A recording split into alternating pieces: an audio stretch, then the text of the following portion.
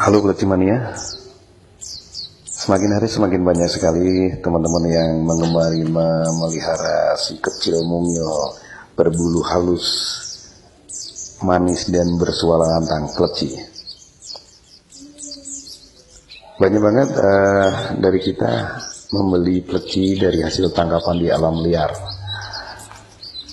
Alangkah bijaknya kalau kita bisa ikut melestarikannya dengan cara breeding, karena dengan cara breeding ini kita sudah ikut melestarikan Peleci, terutama di Gunung Merapi. Ada Peleci Merapi Dada Kuning dan Peleci Merapi Montanus.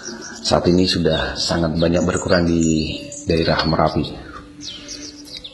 Oke, sangat mudah untuk breeding, hampir sama dengan kalau kita breeding kenari atau kita breeding lovebird atau kita breeding blackthroat. Tidak banyak perbedaan. Ya, jelas indukan harus benar-benar yang sehat, tidak cacat, tidak berbulu sedang rontok. Hampir sama kan? Yang membedakan mungkin umurnya aja. Umur Peleci yang bagus untuk menjadi indukan adalah 2 tahun ke atas. Dan usahakan Peleci yang sudah jinak, karena dengan Peleci yang sudah jinak, saat kita memindahkan kandang, mereka tidak stres. Cara membuat Peleci yang jinak mungkin teman-teman sudah tahu semua, dengan cara sering dijemur di pagi hari dan disemprot air. Nah, itu yang paling sederhana sekali. Oke, kembali lagi ke calon Peleci indukan betina. Kalau orang Jawa bilang yang lain ya, yang kalau ada jantan dia selalu ingin mendekat dan cari pejantan yang punya suara yang sudah mapan, yang udah bagus. Jadi saat ada kicauan, Peleci betina akan memperhatikan kicauan sang jantan. Hal itu yang perlu diperhatikan juga. Nah, sebelumnya persiapkan dulu kandang ukuran 40 kali 60 yang sudah diisi dengan tempat untuk bertelur dengan serat nanas yang hampir sama dengan kenari. Masukkan betina di kandang ukuran 40-60 tadi, dan tetap pisahkan jantan di kandang yang kecil dan selalu jejerkan kandang jantan dan betina. Ini untuk pengenalan, biasa berlangsung 1 hari, 2 hari sampai 3 hari. Setelah itu jauhkan antara jantan dan betina, biasanya mereka akan saling memanggil. Nah, di saat itulah berarti akan terjadi si birahi sang jantan dan betina. Kemudian kita mainkan birahi Peleci-Peleci ini dengan cara masukkan jantan ke kandang betina. Nah, biasanya mereka tidak langsung kawin, tapi mereka akan saling mendekat dan saling mengusap kayak orang-orang pacaran gitu.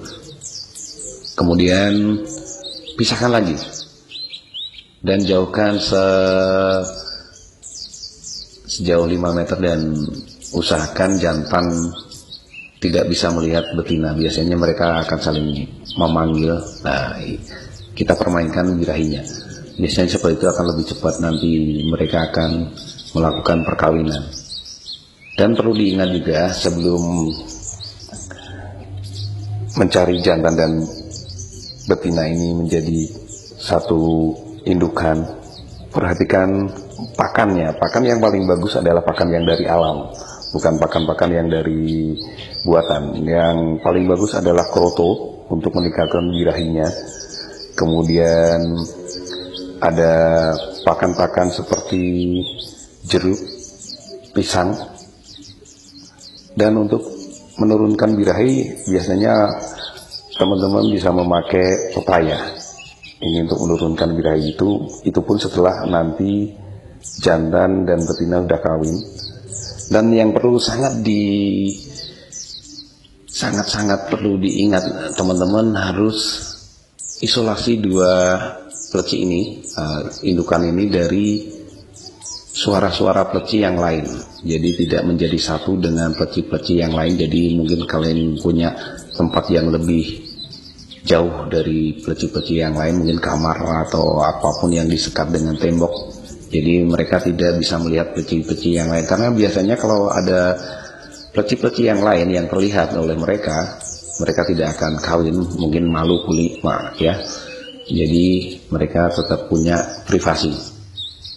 Nah, setelah itu perhatikan kalau benar-benar mereka sudah kawin, pisahkan jantan dari betina. Sampai kemudian nanti bisa kalian masukkan lagi setelah 1 hari lagi, mereka akan kawin lagi dan sampai bertelur. Dan biasanya ada jenis jantan yang nakal, dia akan merusak sarangnya. Nah, ini harus benar-benar dijauhkan. Benar-benar dijauhkan dari betina.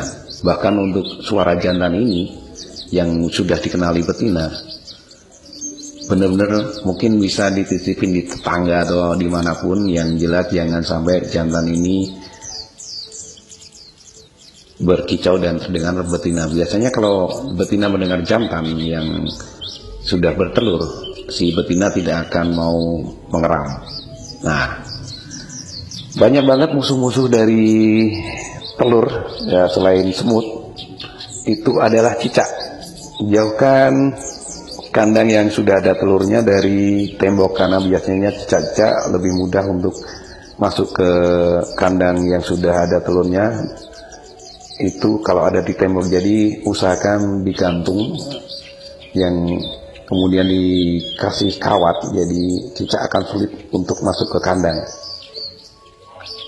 Pakan jelas harus rutin, pembersihan kandang juga harus rutin, karena biar bakteri-bakteri atau virus-virus yang menyerang indukan betina ini, karena indukan betina ini biasanya rentan sekali, karena dia akan seakan-akan puasa dalam mengeram anaknya seperti kenari dan blackstrut. Nah, ini yang teman-teman harus ingat.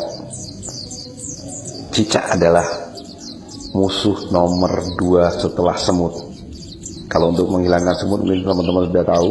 Perhatikan juga cara atau perilaku betina yang saat mengeram. Kalau dia sering keluar dari sarang, berarti dia masih terganggu dengan suara jantan yang ada di sekitarnya, atau mungkin suara jantan yang menjadi jodohnya. Itu sangat kita perhatikan. Jadi isolasi adalah sangat penting.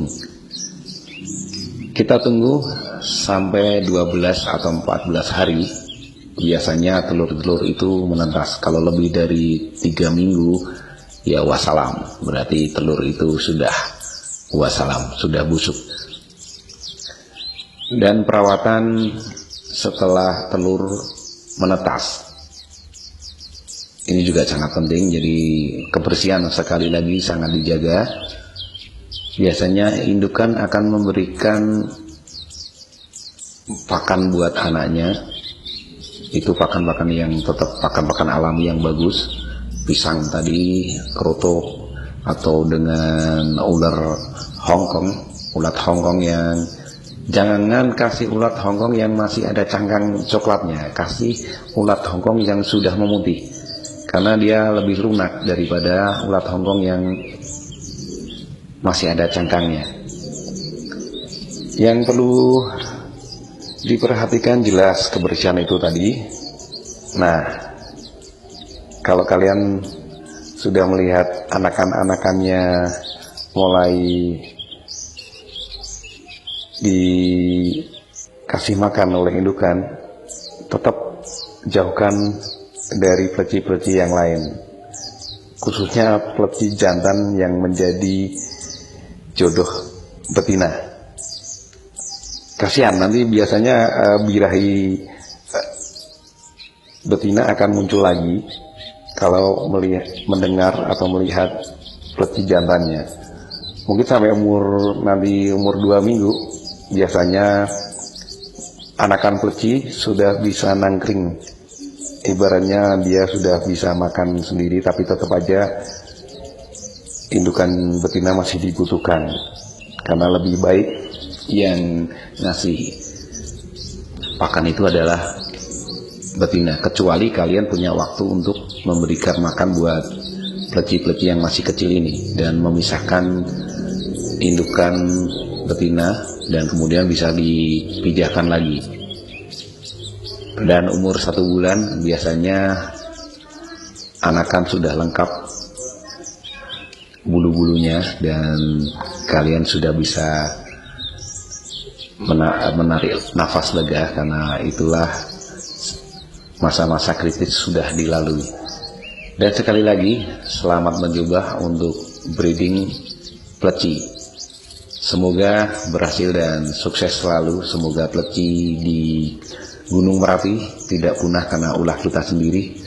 Kita tetap pleci mania, tapi tetap juga menjadi pleci mania yang peduli dengan lingkungan, pleci mania yang peduli dengan alam, pleci mania yang peduli dengan Gunung Merapi yang menyediakan banyak sekali pleci-pleci indahnya, pleci-pleci bersuara emasnya.